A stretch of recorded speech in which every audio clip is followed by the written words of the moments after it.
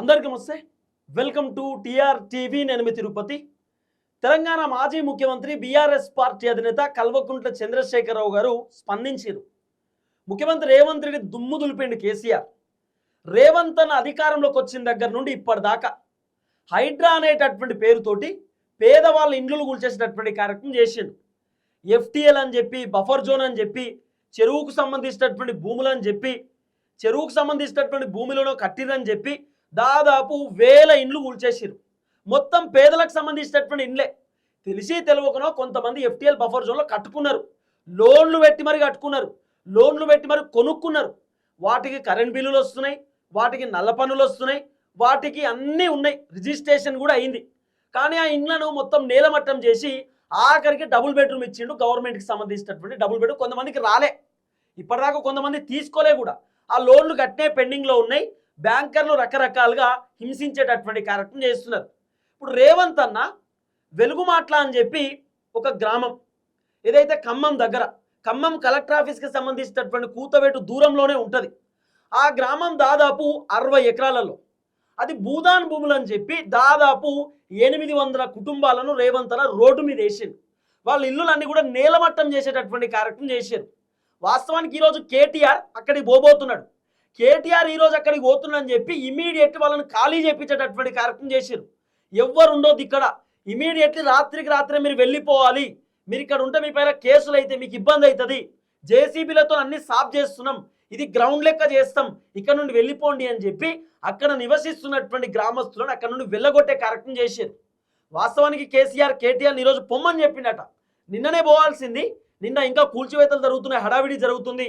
నిన్న ఏదైతే కుమ్మెరకు సంబంధించినటువంటి గ్రామానికి వెళ్ళిండు. కుమ్మెర జాతర ఉంది కదా, మొన్న అక్కడ జరిగిన నాగరికర్నూలులో జరిగినటువంటి ఘటన దగ్గరికి కేటీఆర్ వెళ్ళిండు. చిన్న పాపని ఓ రెడ్డి కాళ్ళతో తన్ని చంపేసిండని చెప్పి ఒక వార్త వచ్చింది కదా, ఇది రెడ్డి కులహంకారంతో అక్కడికి నిన్న కేటీఆర్ వెళ్ళిండు. ఏదైతే బాధితులున్నారో బాధిత కుటుంబాన్ని కేటీఆర్ పరామర్శించేటటువంటి కార్యక్రమం చేసిండు. వాస్తవానికి కేసీఆర్ నిన్ననే కేటీఆర్ని బొమ్మని చెప్తే కేటీఆర్ వేరే ప్రోగ్రాం పెట్టుకున్నాడు. ఈరోజు కేటీఆర్ ఖమ్మంకి పోబోతున్నాడు. ఖమ్మంకి పోతున్నారని తెలిసి ఇమీడియట్లీ వాళ్ళని ఖాళీ చేయించేటటువంటి కార్యక్రమం చేశారు. ఎవ్వరు ఉండొద్దు ఇక్కడ నుండి వెళ్ళిపోండి, ఇక్కడ కనబడొద్దు, మీరు ఇక్కడ నుండి ఇమీడియట్గా ఖాళీ చేయండి అని చెప్పి ఆ 60 ఎకరాలలో నివసిస్తున్నటువంటి భూదాన్ భూములకు సంబంధించినటువంటి వ్యవహారంలో ఆ బాధితులను రాత్రికి రాత్రి ఎల్లగొట్టేటటువంటి కార్యక్రమం చేశారు. 3 మంత్రులు ఉన్నారు ఖమ్మంలో. ఆ 3 మంత్రులకు అదే పని చేస్తున్నారు. విచ్చలు విడిగా భూములు కబ్జాలు, దందాలు, రియల్ ఎస్టేట్లు, మాఫియాలు, ఇక మామూలు కథ కాదు. కానీ కేసీఆర్ రంగంలోకి దిగిండు. బీఆర్ఎస్ పార్టీకి సంబంధించినటువంటి కొంతమంది లీడర్లు కేసీఆర్ దగ్గరికి పోయిరట, కేసీఆర్తో మాట్లాడిరట, చెప్పిరట కేసీఆర్కు, సార్ ఇగో వెలుగుమాట్లకు సంబంధించినటువంటి గ్రామంలో భూదాన్ భూమి ఉంది, అప్పుడు బీఆర్ఎస్ అధికారంలో ఉన్నప్పుడు కూడా వాళ్ళు అక్కడే ఉంటుండే, మనం ఏం అనలేదు వాళ్ళను, వాళ్ళ పని వాళ్ళు చేసుకున్నారు. ఆ భూదాన్ బోర్డు వాళ్ళు వాళ్ళకి ఇచ్చేసిరు భూమి, తర్వాత మీ హక్కు ఇది, మీరు ఉండండి అని చెప్పి మీకు భూమి సొంతమవుతుందని కూడా వాళ్ళు గతంలో చెప్పిర్రు. తర్వాత హైకోర్టు నుండి స్టే వచ్చింది, హైకోర్టు వాళ్ళని ఉండమని చెప్పిర్రు, కరెంట్ బిల్లులు ఇవ్వండి, తర్వాత బోర్ వేపియండి, వాళ్ళకి ఇంటి పన్ను ఇవ్వండి, వాళ్ళు ఉండడానికి హక్కు ఉన్నదని చెప్పి హైకోర్టే స్టే ఆర్డర్ ఇచ్చిర్రు. అయినా సరే కలెక్టర్ మొత్తం వాళ్ళని ఖాళీ చేయించిండు. పొంగులేటి శ్రీనివాసరెడ్డి మాట్లాడతలేడు, తర్వాత తుమ్మల నాగేశ్వరరావు మాట్లాడతలేడు, తర్వాత బట్టి విక్రమార్క మాట్లాడతలేడు, ముఖ్యమంత్రి రేవంత్ రెడ్డి కూడా మాట్లాడతలేడు అని చెప్పి బీఆర్ఎస్ పార్టీ లీడర్లు ఈ కూల్చివేతల పైన కేసీఆర్ దగ్గర పోయి కూర్చున్నారట. కేసీఆర్ అన్నాడట, కేసీఆర్ స్పందించిండట, అతి త్వరలో మనం అధికారంలోకి రాబోతున్నాం అనే మాట కేసీఆర్ చెప్పిండట. ఎందుకు చెప్పిన మాట అంటే తెలంగాణ ప్రజలు రేవంత్ రెడ్డి పైన విపరీతమైనటువంటి కోపంతో ఉన్నారు. మామూలు కోపం కాదు, భయంకరమైనటువంటి కోపంతో ఉన్నారు. కారణం ఏంది? రేవంత్ రెడ్డి ఆలోచన విధానం చక్కగా లేదు. రేవంత్ అన్న ఒంటెత్తిపోకడ నడుస్తున్నాడు, రేవంత్ అన్న ఇష్టానుసారంగా వ్యవహరిస్తున్నాడు, రేవంత్ అన్న పర్ఫార్మెన్స్ బాగాలేదు, జనాలను ఇబ్బంది పెట్టేటట్టు రేవంత్ అన్న ఆలోచన చేస్తూ ఉన్నాడు. ఇప్పుడు ఆ భూదాన్ భూములు ఎప్పటి నుండో ఉంటున్నటువంటి వాళ్ళు కదా, సడన్గా వాళ్ళ ఇల్లులు అన్నీ నేలమట్టం చేసిరు, కూల్చేసిరు, సామాన్లు గీమాన్లు అన్నీ ఖతం చేసి పడేసిరు. ఎంత నష్టం వాళ్ళకి. వాళ్ళు ఇప్పుడు ఏడికి పోవాలి, వాళ్ళు ఏం చేయాలి? తర్వాత ఇప్పుడు అపార్ట్మెంట్ కూల్చేస్తారు, గాంధీ విగ్రహం కోసం 450 కుటుంబాలను రోడ్డు మీదకి వేస్తున్నారు. ఇవన్నీ కూడా కేసీఆర్ చెప్పిరట బీఆర్ఎస్ పార్టీ లీడర్లు కలిసినప్పుడు. నిన్ననే కలిసిరట, చెప్పిరట కేసీఆర్తో. కేసీఆర్ బీఆర్ఎస్ పార్టీ లీడర్లతో చెప్పినట్ట కదా, 2 సంవత్సరాలలో మనం అధికారంలోకి రాబోతున్నాం, 2028లో ముఖ్యమంత్రి కుర్చీలో కూర్చునేది మనమే, జనం మళ్ళీ బీఆర్ఎస్ పార్టీ కావాలని అంటున్నారు. కేసీఆర్ సార్ నువ్వు ఎక్కడున్నావు అని చెప్పి జనాలు పిలుస్తున్నారు, వాళ్ళు పిలుస్తూ ఉంటే నాకు బాధ అనిపిస్తుంది అని చెప్పి కేసీఆర్ చెప్పినట్టు బీఆర్ఎస్ పార్టీ లీడర్లతో. నేను బయటికి రాకపోయినా సరే మీరు జనాలకు అండగా ఉండండి అని చెప్పి కేసీఆర్ కేటీఆర్తో బీఆర్ఎస్ పార్టీ లీడర్లతో చెప్పినట్టు. ఎక్కడ ఏ సమస్య ఉన్నా మీరు ముందుకెళ్ళండి, కొట్లాడండి, పోరాటం చేయండి, ప్రభుత్వాన్ని నిలదీయమని చెప్పి కేసీఆర్ బీఆర్ఎస్ పార్టీ లీడర్లకు చెప్పిండట. రేపో మాపో కేసీఆర్ బయటకు వచ్చేటటువంటి అవకాశాలు కూడా కనబడుతున్నాయి. ఈ ఇల్లు కూల్చేసేటటువంటి బాధితులు ఎవరైతున్నారో ఆ బాధితులతో డైరెక్ట్ కేసీఆర్ మాట్లాడేటటువంటి కార్యక్రమం చేయబోతున్నట్టుగా కూడా వినబడుతున్నటువంటి చర్చ. హైడ్రా బాధితులు ఎంతమంది ఉన్నారో వాళ్ళతో కూడా కేసీఆర్ మాట్లాడడానికి రెడీగా ఉన్నాడట. తర్వాత వెలుగు మాటలకు సంబంధించినటువంటి గ్రామస్తులు ఉన్నారు కదా ఖమ్మం దగ్గర, వాళ్ళతో కూడా కేసీఆర్ మాట్లాడడానికి రెడీగా ఉన్నాడట. వాళ్ళ సమస్యలపైన కేసీఆర్ తెలుసుకోవడానికి రెడీగా ఉన్నాడు. అక్కడ ఏదైతే ఇల్లులు కూల్చేసేటటువంటి ఎవరైతే ఉన్నారో బాధితులు, ఆ బాధితులు కూడా కేసీఆర్ని కలవడానికి రెడీగా ఉన్నారు. వాళ్ళ బాధలన్నీ కేసీఆర్ చెప్పుకోవడానికి రెడీగా ఉన్నారు. ఎందుకంటే రేవంత్ అన్న ఎట్లయినా వినడు, కాంగ్రెస్ ప్రభుత్వం వినే పరిస్థితి లేదు. ఇప్పుడు సామాన్యుల బాధ ఎట్టేసి ప్రతిపక్ష పార్టీలకైనా చెప్పుకోవాలి కదా. అందుకే వాళ్ళు కేసీఆర్ని కలుస్తామని చెప్తుర్రట.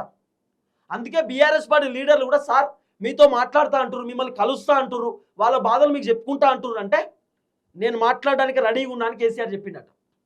ఎవరైతే బాధితులు ఉన్నారో హైడ్రా పేరుతోటి, తర్వాత ఏదో భూదాన్ భూములు అని చెప్పి, గవర్నమెంట్ ల్యాండ్ అని చెప్పి ఎవరెవరైతే ఇల్లులు కూల్చేసిర్రో వాళ్ళందరితో కేసీఆర్ మాట్లాడడానికి రెడీగా ఉన్నాడు అనేది వినబడుతున్న చర్చ. ఇక ఒకటే అంశం, జిహెచ్ఎంసీ ఎన్నికలలో పక్కా కాంగ్రెస్ పార్టీ దుకాణం బంద్ అయ్యేటటువంటి అవకాశం కనబడతా ఉంది. కేసీఆర్ చెప్పిండట ఒకటే మాట, 2028లో అధికారంకు రాబోతుంది బీఆర్ఎస్ పార్టీ. రేవంత్ రెడ్డి ప్రభుత్వంలో ఎవరెవరు అవినీతి చేసిరు, ఎవరెవరు అక్రమాలకు పాల్పడ్డారు, ఎవరెవరు దందాలకు పాల్పడ్డారు, ఎవరెవరు ఎంత తప్పు చేసిరు అనేది అన్ని లెక్కలు మనం తేలుద్దామని చెప్పి కేసీఆర్ బీఆర్ఎస్ లీడర్లతో చెప్పినట్టుగా వినబడుతున్నటువంటి చర్చ. సమాజం ఎంత ఇబ్బంది పడుతుంది, తెలంగాణ ప్రజలు ఎంత దిగులు చెందుతురు, తెలంగాణ ప్రజలు ఎంత ఇబ్బంది పడుతురో అన్నీ నేను చూస్తున్నా, గమనిస్తున్నా. ఇవన్నీ వడ్డీతో సహా రేవంత్ రెడ్డి ప్రభుత్వానికి నేను చెల్లిస్తాను కేసీఆర్ చెప్పిండట. కేసీఆర్ చాలా సీరియస్గా ఉన్నాడు. కేసీఆర్ ఫామ్ హౌస్లో ఉన్నాడు, కేసీఆర్కి ఏం తెలియదు, కేసీఆర్ సప్పుడే ఆయన పని ఆయన చేసుకుంటున్నాడు అని చెప్పి రేవంత్ అని అనుకుంటున్నాడేమో. పొద్దుగాల లేస్తే కేసీఆర్ సోషల్ మీడియాలో యాక్టివ్గా ఉంటున్నాడు. రేవంత్ రెడ్డి ఏం చేస్తున్నాడు, రేవంత్ రెడ్డి ప్రభుత్వం ఏం చేస్తుంది, రేవంత్ రెడ్డి ఎక్కడెక్కడ కూలుస్తున్నాడు, రేవంత్ రెడ్డి ఏమేం చేస్తూ ఉన్నాడు, రేవంత్ రెడ్డి ఎక్కడెక్కడ కడుతున్నాడు, రేవంత్ రెడ్డి ప్రజలను ఎట్లా ఇబ్బంది పెడుతున్నాడు, ఏం కథ అనేది మొత్తం కేసీఆర్ సోషల్ మీడియా ద్వారా పిన్ టు పిన్ చూస్తుండట. మనం అనుకుంటాం కేసీఆర్ దగ్గర ఫోన్ ఏడు ఉంటుందని చెప్పి, కేసీఆర్ అన్నీ అబ్జర్వ్ చేస్తుండట. అన్నీ అబ్జర్వ్ చేస్తున్నా, అన్ని లెక్కలు నేను తేలుస్తాను కేసీఆర్ చెప్పినట్టు బీఆర్ఎస్ లీడర్లకు. మీ నియోజకవర్గాలలో పర్యటన చేయండి అని చెప్పి కేసీఆర్ చెప్పిండట. ఇప్పటికన్నా కాంగ్రెస్ ప్రభుత్వం గురించి తెలంగాణ ప్రజలకు వివరించమని చెప్పి కేసీఆర్ బీఆర్ఎస్ పార్టీ లీడర్లకు చెప్పిండట. ఇప్పటికన్నా కాంగ్రెస్ ప్రభుత్వం గురించి చెప్పండి జనాలకు. ఇప్పుడు చాలామంది జనాలు కాంగ్రెస్ వస్తే బాగుంటుంది, కాంగ్రెస్ వస్తే అద్భుతంగా ఉంటుంది, ఇందిరమ్మ రాజ్యం వస్తుంది, ఆ రోజు వైఎస్ రాజశేఖర రెడ్డి ఎంత మంచిగా పనిచేసిండో ఈ రోజు కూడా అట్నే పనిచేస్తాడు రేవంత్ రెడ్డి అని చెప్పి కాంగ్రెస్ని గెలిపించారు. కాంగ్రెస్ అధికారంలోకి వచ్చినాక పరిస్థితి ఏంది? ఎంతమంది ధర్నాలు చేసిరు, ఎంతమంది రోడ్ల మీదకి వచ్చారు, ఎంతమంది బతుకులు ఆగమైనాయి, ఎంతమంది చిన్నాభిన్నమైపోయారు, ఎంతమంది ఇబ్బంది పడిపోయారు, ఇవన్నీ కళ్ళ ముందు కనబడుతున్నాయి కదా. కేసీఆర్ అన్ని అంశాలపైన మాట్లాడడానికి రెడీగా ఉన్నాడట. త్వరలో కేసీఆర్ ప్రెస్ మీట్ ఉండబోతుందనేటటువంటి చర్చ కూడా ఉంది. కేసీఆర్ బయటకు వచ్చి ప్రెస్ మీట్ పెట్టబోతున్నట్టుగా వినబడుతున్నటువంటి చర్చ. ఒక్కసారి కేసీఆర్ బయటకు వచ్చి ప్రెస్ మీట్ పెడితే రేవంత్ రెడ్డి ప్రభుత్వం ఖతమయ్యేటటువంటి అవకాశం ఉండొచ్చు. ఒక్కసారి కేసీఆర్ ప్రెస్ మీట్ పెడితే చాలామంది జనం కేసీఆర్ రాక కోసం ఎదురు చూస్తారు. కేసీఆర్ బయటికి ఎప్పుడు వస్తాడు, ఎప్పుడు మాట్లాడతాడు, ఈ ప్రభుత్వాన్ని ఎప్పుడు కడిగి పారేస్తాడు, ఈ ప్రభుత్వాన్ని ఎప్పుడు ముప్పతిప్పల పెడతాడు, ఈ ప్రభుత్వానికి ఎప్పుడు బుద్ధి చెప్తాడు కేసీఆర్ అని చెప్పి చాలామంది కేసీఆర్ వైపు తొంగి చూస్తారు. కేసీఆర్ గురించి ఆలోచన చేస్తారు. కేసీఆర్ ఎప్పుడు బయటికి రావాలని అనుకుంటారు. ఇప్పుడు ఖమ్మంలో ఎవరెవరైతే ఇల్లులు కూల్చేస్తారో వాళ్ళందరూ కూడా కేసీఆర్ సారే బెటర్, కేసీఆర్ ఉన్నప్పుడు ఇట్లా జరగలే, కేసీఆర్ ఉన్నప్పుడు ఇంత ఘోరం ఇంత విధ్వంసం జరగలే అంటారు.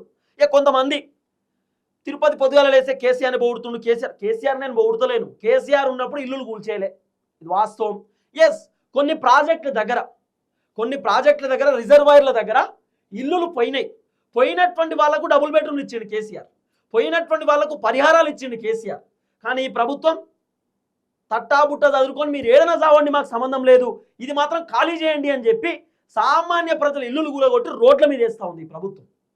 ఏం చెప్పాలి?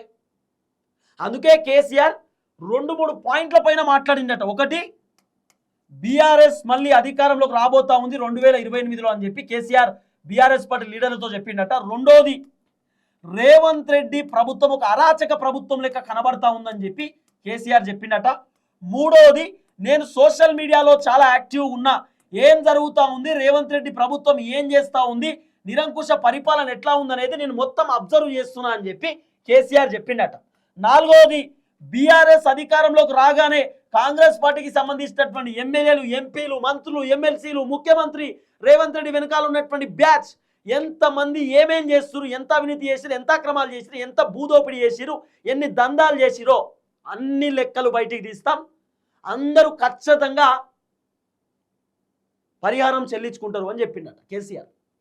పరిహారం అంటే మీ ఊహకే వదిలేస్తున్నాం, మరి జైలుకు పోతారో ఏం జరుగుతుందో చూడాలి, కానీ మొత్తం లెక్కలు తేలుస్తా అని చెప్పి కేసీఆర్ 4వ పాయింట్ చెప్పిండట.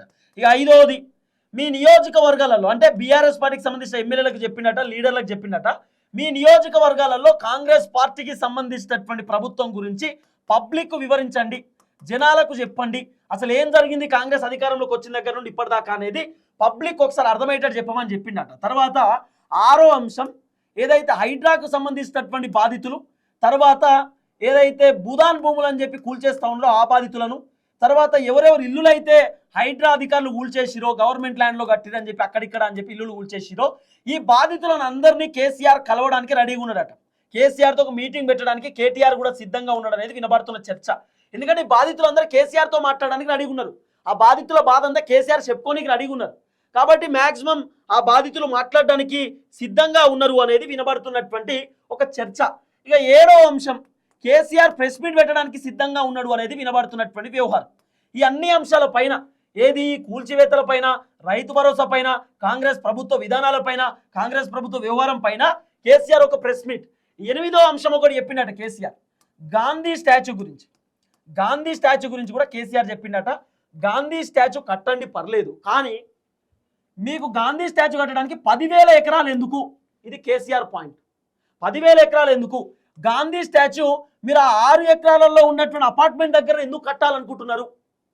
ఆ 6 ఎకరాల్లో ఉన్నటువంటి 450 కుటుంబాలను ఎందుకు రోడ్డు మీదకి తీసుకొస్తున్నారు? ఆ అపార్ట్మెంట్ పైన నీ కన్నెందుకు పడ్డది? అక్కడే ఎందుకు? ఆ అపార్ట్మెంట్ కూల్చేసే ఎందుకు అనేది కేసీఆర్కి సంబంధించిన పాయింట్. తెలంగాణ ప్రజల బతుకులు రోడ్డు మీదకి రావద్దు అనేది కేసీఆర్ పాయింట్. ప్రజలు ఇబ్బంది పడతా ఉన్నారు అనేది కేసీఆర్ పాయింట్. ఇవన్నీ అంశాలపైన కేసీఆర్ ప్రెస్ మీట్ పెట్టడానికి సిద్ధమవుతున్నాడు. గాంధీ స్టాచ్యూ కోసం 5,000 కోట్ల రూపాయలు ఎందుకని కూడా కేసీఆర్ చెప్పిండట. 5,000 కోట్లు ఎందుకు? ఏం చేద్దామని? అంబేద్కర్ స్టాచ్యూ కడితేనే 200 కోట్లు కూడా కాలే, మరి అలాంటిది గాంధీ స్టాచ్యూ కోసం 5,000 కోట్ల రూపాయలు ఏమిటికి? ఇది కేసీఆర్ పాయింట్. అందుకే కేసీఆర్ రంగంలోకి దిగి ఈ అన్ని అంశాలపైన బీఆర్ఎస్ పార్టీ లీడర్లతో మాట్లాడిండట, లీడర్లతో చెప్పిండట. ఎందుకో అర్థమైతలేదు, ఏందో అర్థమైతలేదు అని సోషల్ మీడియాలో యాక్టివ్ ఉన్నా అన్నాడట. బీఆర్ఎస్ కథ అంతా నేను చూస్తున్నా, కాంగ్రెస్ కథ కూడా నేను చూస్తున్నా, యాక్టివ్గా పనిచేయండి అని చెప్పి లీడర్లకు చెప్పిండట. జనాల సమస్యలపైన బలంగా పనిచేయండి, పబ్లిక్ ఎక్కడెక్కడ సఫర్ అవుతారో అక్కడికి వెళ్ళండి, పబ్లిక్ ఇష్యూస్ పైన ఫోకస్ చేయండి, ఎవరికి భయపడవద్దు, అధైర్యపడవద్దు, ప్రభుత్వం మిమ్మల్ని అరెస్ట్ చేసినా, నిర్బంధాలకు గురి చేసినా, ఇబ్బంది పెట్టినా ఓపికతో ఉండండి, 2 సంవత్సరాలు ఓపిక పట్టండి, 2 సంవత్సరాలలో బీఆర్ఎస్ అధికారంలోకి రాబోతుంది అని చెప్పి కేసీఆర్ బీఆర్ఎస్ పార్టీ లీడర్లకు చెప్పినట్టుగా వినబడుతున్నటువంటి చర్చ. సో ఇప్పుడు కేసీఆర్ రంగంలోకి దిగినటువంటి పరిస్థితి. సో ఏం జరగబోతుంది ముందు ముందు చూడాలి. చాలా యాక్టివ్గా ఉన్నాడట కేసీఆర్ సోషల్ మీడియాలో, అన్నీ చూస్తున్నా, జనాలే పిలుస్తున్నారు నన్ను, జనాలకి ఇప్పుడు అర్థమైందని చెప్పిండట కేసీఆర్. కేసీఆర్ లాంటి వ్యక్తిని మేము కోల్పోయినామని ఇప్పుడు జనాలు అనుకుంటున్నారు, నా వాల్యూ ఇప్పుడు జనాలకు అర్థమైంది అని చెప్పి కేసీఆర్ చెప్పినట్టుగా కూడా వినబడుతున్నటువంటి వ్యవహారం. చూద్దాం ఏం జరగబోతుందో. దయచేసి వీడియో అందరికి షేర్ చేయండి. అందరికీ నమస్తే, థ్యాంక్ యూ సో మచ్. జై తెలంగాణ.